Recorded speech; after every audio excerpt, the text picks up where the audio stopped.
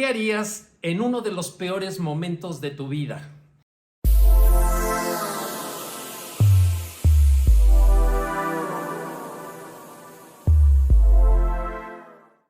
Esta es una pregunta dura, pero que vale la pena hacerla el día de hoy, porque te tengo una sorpresa, una obra maestra creada por un genio como respuesta a uno de los momentos más complicados en su existencia. Concretamente estamos hablando de Federico Chopin, un músico muy de moda que, aunque vivió hace 200 años como exiliado político por culpa de los rusos, era un refugiado polaco en Francia, como hoy los cientos de miles ucranianos que han tenido que dejar su patria por las mismas razones. La historia es un eterno recomenzar. Pero aclaremos nuestro título. Pensemos por un momento.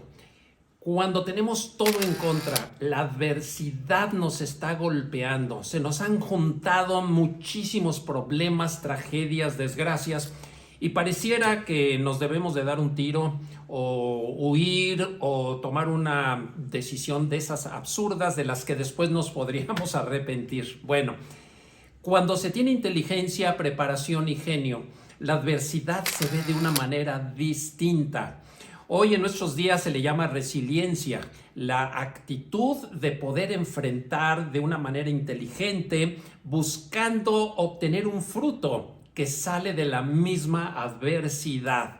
Así que en estos tiempos que hemos enfrentado pandemia, ahora consecuencias mundiales de la guerra, recesiones, cambios, desempleos, tantas cosas que podríamos agregar a la lista, y que cuando vemos las noticias nos terminamos de deprimir. Bueno, pareciera que somos las personas más desdichadas del universo, pero los ha habido peores. Mi tema. Federico Chopin, uno de los músicos más extraordinarios que han pisado este mundo, él fue polaco, tuvo que abandonar su patria porque Rusia la invadió y perdió familiares y tuvo que llegar hasta Francia sin nada, con una mano adelante y otra atrás, y a través de su talento, de su genio, de su técnica, de la preparación musical, pero sobre todo de su inspiración, de inmediato se le empezaron a abrir las puertas. En un mundo que había sido completamente adverso en un principio, lo conquistó por el talento. Pero agregado a esto, vendría el problema de su salud, porque empezó a presentar síntomas respiratorios y no era COVID, era algo peor, tuberculosis, incurable en su época. Cuando él recibió esta noticia, sabía que sus días estaban contados y aún así, con la debilidad que esto significaba, siguió adelante. Conoció a su pareja, George Sand, la escritora más ilustre del mundo, que se enamoró de él por su talento. Y bueno, en todo este ambiente, Chopin se desenvuelve, pero hay un periodo de su vida que hoy te quiero platicar y te lo voy a ilustrar en el piano, cuando tiene que marcharse a las Islas Baleares, a Mallorca, en España, por razones de clima y de salud. Y llegando ahí, la gente que vivía en ese pueblito, en esa localidad, al ver que él tenía esa enfermedad y que su pareja era muy extraña porque se vestía con pantalones y fumaba, era la precursora de la liberación femenina, la escritora más famosa de Europa en ese entonces, pues la gente le negó el asilo, no les quisieron rentar ni una casa, en esa época no había Airbnb ni nada que se le parezca. Y para no hacer la historia larga, terminaron en una cartuja, es decir, en un monasterio abandonado, donde consiguió un piano, porque además traía el reto de que tenía que escribir una obra que le habían encargado y que es de lo que él cobraría y podría vivir. Se trataba de Los Preludios, una obra que el señor Pleyel, el músico más importante, dueño de la casa de música más importante de Europa, le había encargado. Y él sabía que tenía que forzar la mente y, para rematar, una noche ocurrió la anécdota que desencadenó lo que hoy van a conocer. Se vino una lluvia en un momento en que su pareja se había ido al pueblo, él se encontraba solo, obvio, no había luz eléctrica, el ambiente era casi tétrico y la lluvia se empezó a convertir en tormenta. Junto a la ventana había una gota que caía repetidamente y Federico Chopin, en medio de su alucinación creativa, decide que esa gota se va a reflejar en el piano en un la bemol de forma repetitiva, y alrededor de esto empieza a escribir una inmortal melodía que se convertiría en el preludio más famoso de todos los tiempos. No estoy diciendo que sea el mejor ni el único, pero digo el más famoso porque a la fecha ha sido utilizada en más de una docena de películas, una de las cuales, por poner el ejemplo, es Moonraker, donde James Bond, que lo estelarizaba en ese entonces Roger Moore, penetra al palacio del villano, el señor Hugo Drax, quien está planeando destruir el mundo con un arma bacteriológica, y para inspirarse está tocando este preludio. Cuando entra James Bond, por respeto, lo escucha, lo admira, y ves que el malo se está inspirando, y no es que Chopin haya querido dedicar su obra a eso, él ni siquiera vivió en esta época. Pero después Akira Kurosawa, en Japón, lo utilizaría para su película de los sueños. Y bueno, aquí al pie del video, para hacerlo más breve esta introducción, vas a ver los títulos de todas las películas que se han apoyado en este preludio, y yo te hago una pregunta decisiva para que la reflexiones durante mi ejecución, que te voy a hacer saborear esta hermosa pieza, para que la pienses mientras. ¿Cómo es posible o qué tiene esta obra que ha logrado trascender después de 200 años? Cuando oímos una melodía o una canción que está de moda y decimos es la mejor del mundo porque me significa mucho, tenemos que hacernos la pregunta desde hoy.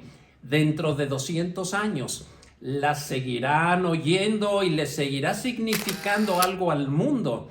Dentro de 10 generaciones, bueno, Chopin escribió más de 300 obras, y de su cuaderno de los preludios, que son 24, y que se inspiró de los de Juan Sebastián Bach, que había escrito 100 años antes y que también siguen vivos hasta la fecha, destaca este que es el número 15 y que alguien le puso el apodo de la gota de agua porque esa fue la inspiración. Así que esperamos que la disfrutes y mientras la oyes, reflexionemos.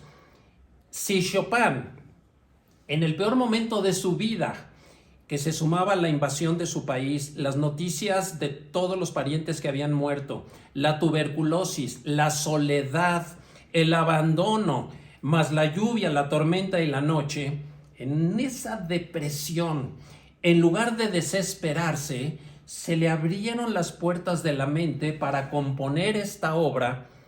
Entonces, yo te invito a que en el próximo momento de adversidad que tengas que enfrentar, escuches y pienses en esta obra para que el lado creativo te permita reaccionar de una mejor manera, y ahí descubrirás el significado de la palabra resiliencia.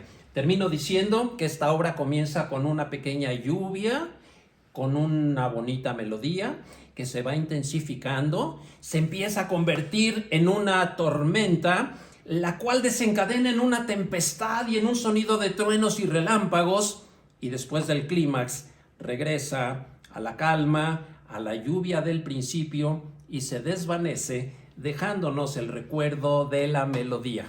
Que la disfruten.